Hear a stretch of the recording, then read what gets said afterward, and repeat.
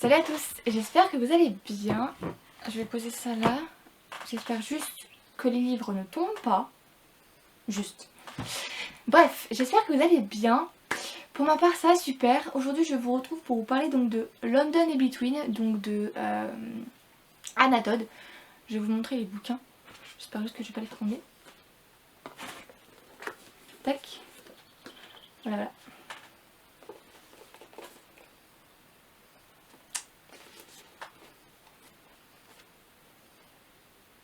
Bref. Alors, donc London c'est la saison 1 et Between c'est la saison 2. Je pense que vous êtes au courant étant donné que... Bah, la suite de la saga After, logiquement, parce que ça concerne vraiment London, donc c'est pas vraiment concernant After, ou concernant Tessa Yardine, parce que c'est vraiment concernant London, c'est vraiment son personnage à lui dans les deux tomes. Donc voilà. Bref. Alors, pour vous expliquer à peu près, de manière, je pense que la plupart des personnes ont peut-être lu. Bon, After, ça c'est sûr et certain, tout le monde l'a lu. Enfin, la plus grande partie des personnes l'ont lu, je pense. Pour Before, je pense aussi. Je sais pas si tout le monde l'a lu ou quoi, mais je pense qu'il y a quand même une grande partie qui l'a lu. Après, London Between, je sais pas du tout. Parce que c'est pas les livres que je retrouve le plus. Voilà. Même si ça reste quand même la suite des aventures des personnages. Parce qu'on retrouve quand même Tessa Yardine à l'intérieur, vu que c'est quand même, ça concerne London. Et London est très proche de Tessa Yardine, donc bon, on les voit quand même. Bref, ce n'est pas le sujet de la vidéo. Alors, concernant les vidéos, donc concernant les chroniques, de toute manière aussi seront en barre d'infos. Toutes les informations concernant les livres seront en barre d'infos. Ne vous en faites pas. Bref, on arrête de m'abattre pour rien dire. Je passe à la vidéo. Par contre, mon œil me gêne. Enfin, mon œil. J'ai un truc qui me gêne. Parfait.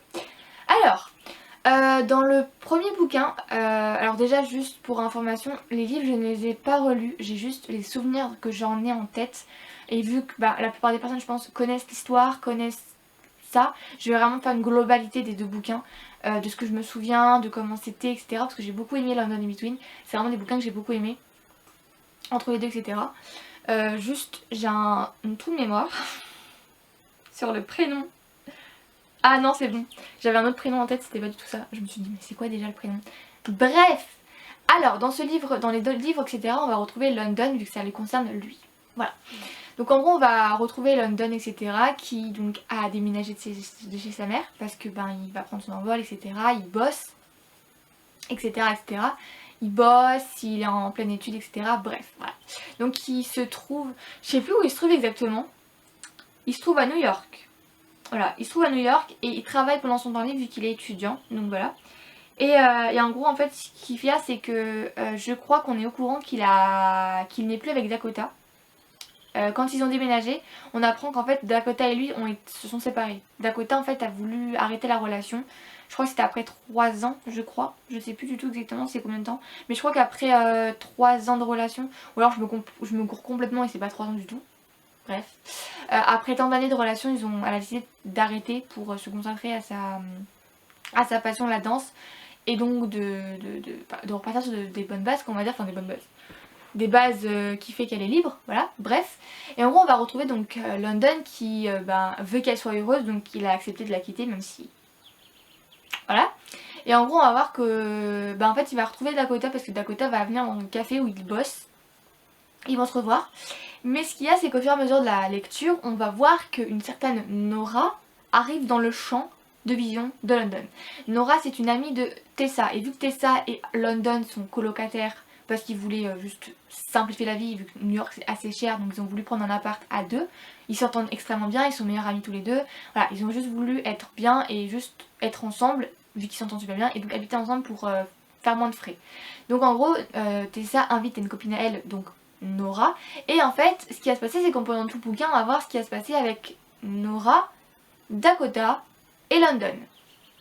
Voilà. On va voir la relation entre Dakota et London dans les bouquins, entre les deux, comment ça va se passer, ce qui s'est passé, etc.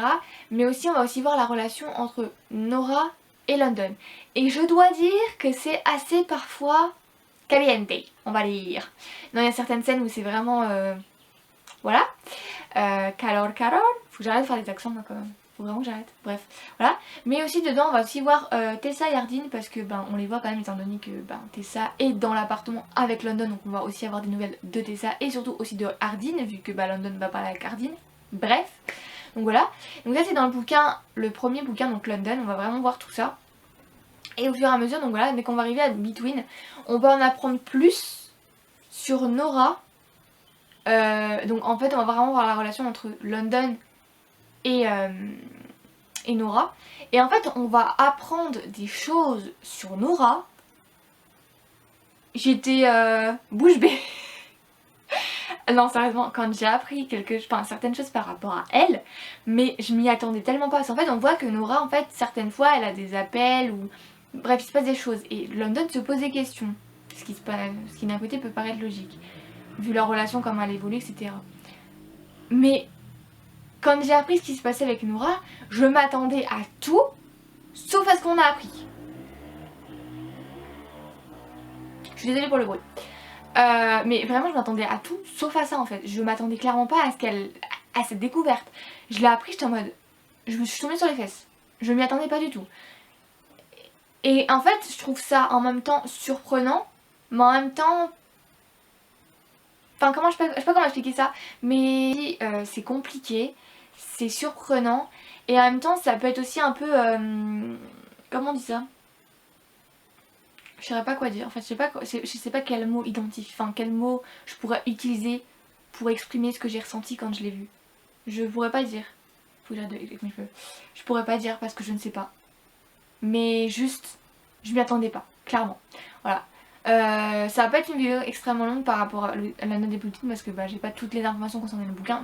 De toute manière, ça ne servira à rien que j'ai toutes les informations concernant le livre, étant donné que les livres sont extrêmement connus, donc je vais faire juste une globalité des bouquins de toute manière parce que ça concerne quand même London.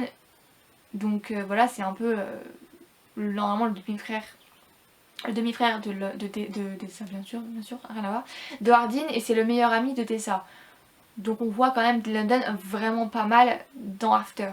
Donc de toute manière, c'est obligé qu'on aurait un peu un point de vue de London, mais bref. Donc voilà, mais je sais pas si cette vidéo vous aura plu, je vous mettrai ma chronique aussi en barre d'infos si ça peut vous intéresser. Je comptais les relire à un moment donné, mais en fait je pense pas les relire. Parce que j'avais déjà commencé à les relire, mais en fait ça m'a paru trop long, donc j'ai laissé tomber l'idée. Je préfère garder un bon souvenir de ce que j'ai lu du livre, de ce que j'ai aimé, parce que ça servait à rien que je les relise et que je me replonge là-dedans, en fait, voilà. C'est des bouquins que j'ai adorés, mais que je relirai pas, voilà. Donc voilà. Si vous souhaitez les lire, bah allez-y, faites comment on dit ça? Que bien vous fasse. Bref, allez-y si vous le souhaitez. Mais je sais une chose, c'est que moi je les relirai pas de mon côté. Voilà. Après c'était bonne lecture, j'ai beaucoup aimé, mais c'est tout. Voilà. Bref, j'espère que cette vidéo aura été... comment dire, instructive, même si j'ai un gros doute dessus. Qu'elle aura été bien, même si j'ai aussi un gros doute dessus, bref. J'espère qu'elle aura pas été trop brouillon non plus, qu'elle vous aura plu, même si j'ai un énorme gros doute dessus aussi. Je vais vous laisser là-dessus. Je pense que cette vidéo elle sera pourrie, mais c'est pas grave. Je voulais juste quand même en parler parce que j'ai quand même beaucoup aimé ces bouquins. Et vu que je suis une grosse pipelette, je parle beaucoup. Bref, voilà. Donc, gros, je vous fais de gros bisous. Je vous dis à la prochaine pour une prochaine vidéo. Et je vous dis salut. À bientôt mes petites fleurs. Bonne journée à vous.